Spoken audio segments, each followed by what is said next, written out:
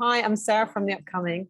A real pleasure to be able to speak to you about this wonderful, incredibly unique film. Maybe for people who don't know anything about it, you could kick off with an introduction to Swan Song. Swan Song is a story about a character named Mr. Pat, who was a real idol of mine growing up in a small town in Ohio, who was kind of like an openly queer icon in my hometown that sort of always had the courage to be himself and had a big influence on me, helping to be myself, my true self. And I believe, you didn't know him that well, but he was someone, like you said, who made a big impact on you, someone you've met when you were younger. So what motivated you to take his story and kind of make this beautiful, wonderful tribute to him? I really saw it as a way to pay homage to his generation of queer people that, like, at least in my hometown, sort of built the gay community and started the gay bar and literally built it with their own two hands, and had the courage to kind of be some of the first like out people in America, I guess, in a way, and the hairdresser, the florist, interior decorators, who were openly gay to their clients and expose people to, queer people maybe for the first time. And really, because their clients love them, they had a new view of the world based on these people being themselves, if that makes sense.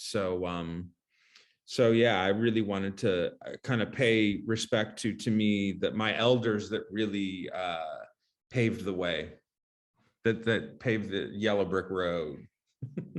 And it feels like the place that it's set, where you grew up in Ohio, feels very crucial. And I guess, as you've spoken about before, you could see it as kind of a trilogy with Edge of 17 and Gypsy 83.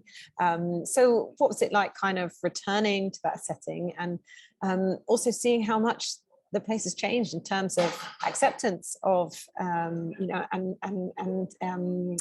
gay culture, of gay people, even celebrating Pride festivals there and everything? It was mind-blowing, because when I grew up, it was not. We always had a gay bar, which was great, but it was not okay to be gay openly then at all.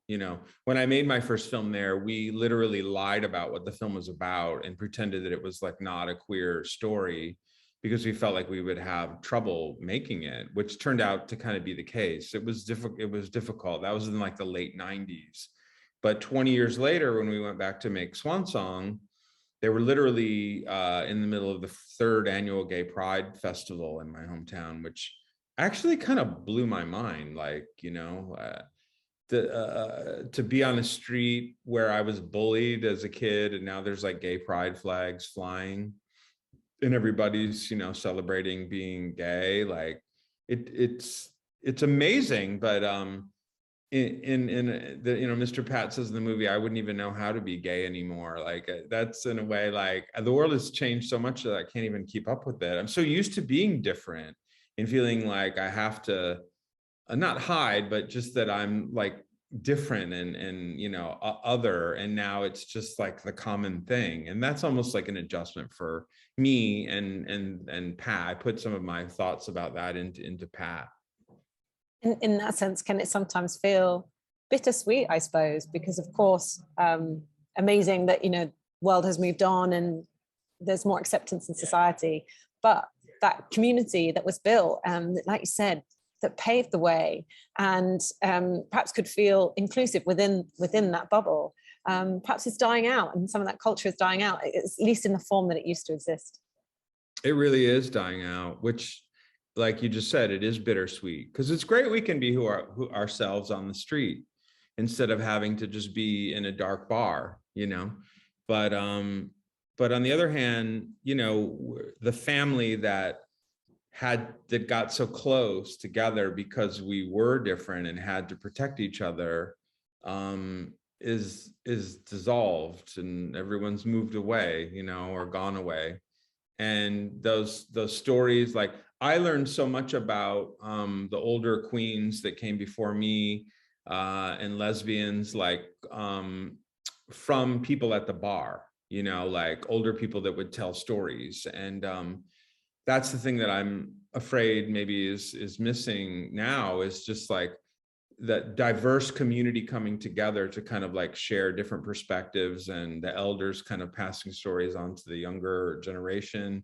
That's harder to translate into the kind of virtual world than it is being in person together. So yeah, it's great. We don't need the fruit and nut, and it's also sad that the fruit and nut's gone, you know. And tell us about this wonderful cast, you know, not only the supporting cast in Jennifer and Nora, but also, you know, of course, Udo Kier. I mean, I believe, you know, you didn't really have him specifically in mind at first. I think Gene Wilder was someone you sort of were thinking about in terms of that character. And see, he's, you know, German, not from West Virginia, but he embodies it just so wonderfully. So how did you come to land on him? And what was the moment you realized you had just nailed that decision? He was my casting director. That's one reason why you have great casting directors. Like, I worked with the same casting director for 20 years, Yves Battaglia, and my casting directors came up with the idea of Udo, and I was at first, to be honest, like resistant to it, because he just wasn't, like you said, he was German. The real Mr. Pat was from America, and Udo, even though I always loved his stuff, I had mostly seen him as like a villain in smaller parts. Can he carry a whole movie? You know, and clearly, I mean, when I first met him, I knew that he was Pat, you know, and we just immediately hit it off. And having a character that is like a queer actor playing a queer part for this film was important to me. I had decided at a certain point that that's how it had to be, you know, to get that representation and authenticity in there.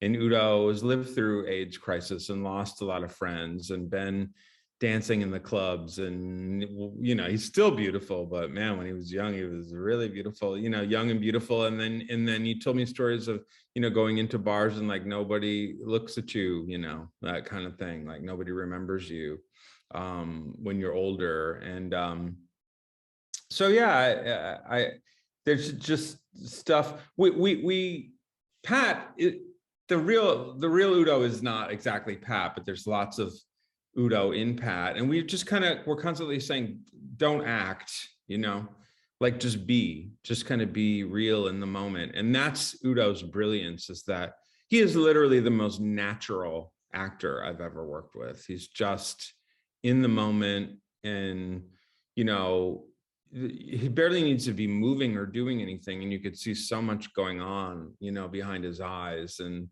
that's the definition of a brilliant screen actor. So, I mean, pretty much everybody who sees the film says, I could watch him for days, you know what I mean? So, he can carry a movie, and I hope he gets to play other lead parts, because he's just so brilliant. And in Swan Song, he shows the range of what he can really do, you know?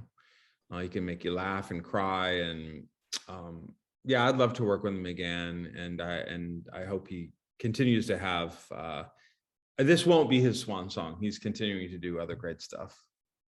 And what do you ultimately hope people take away from watching it? Because, you know, there's something very specific about the story in terms of, you know, this tribute to Pat, and where it's set and this world that he's in. There's also some universal themes in there about, you know, wherever you are in your life, there are still possibilities, and, you know, and the humor of it and the charm of it is just so winning. So what do you hope people take away? Life is short. It goes by pretty quickly. I think as I get older, it seems to be going faster.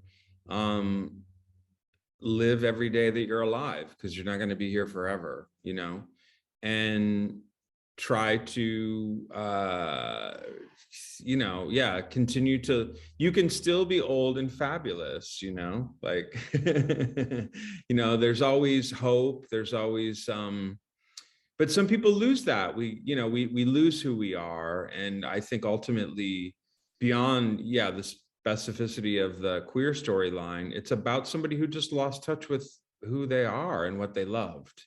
And I think a lot of us can relate to that. I had done that because this is the first film I had made in 12 years. So a lot of it was me writing the story, was me telling myself I can still do what I love, you know?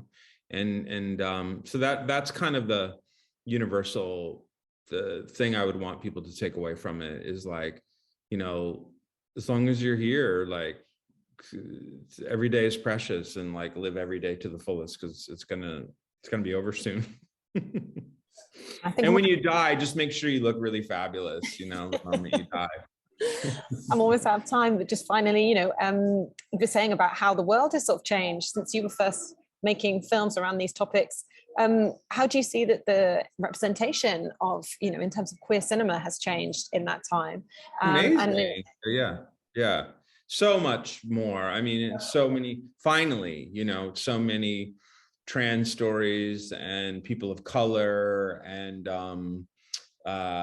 lesbian stories and, you know, historical stories, because we've always been here, you know. So it's definitely gotten so much better. There's still more to be done. There's still so many more stories that haven't been told, but you know, especially in TV and stuff too, it's you know, people can look on a TV show or in a movie and see their life and see themselves represented, and that's very important to us all to see ourselves represented. So I think it's like gotten way better from when I was, you know, when you saw a gay character in a movie back when I was growing up, they were like either the villain or like a joke, you know. So we've come a long way, but still have a ways to go. And would it be another decade to your next film, or you got another one coming soon? No, I hope not. No, my partner, Eric Eisenbray, and I are writing a TV show called Flamingos, which is set in a gay retirement home in Florida. So we'll see. We're trying to get that going. So Amazing. kind of some of the same themes, like exploring some of the same things, but going deeper into it. So thank you so much for sharing all that with us. Can't wait for everyone else to get out and see Swan Song. Thanks so much. Cheers. awesome. Thank you. Lovely to speak to you. Okay. Thank you. You too. Bye. Bye. See ya. Bye-bye.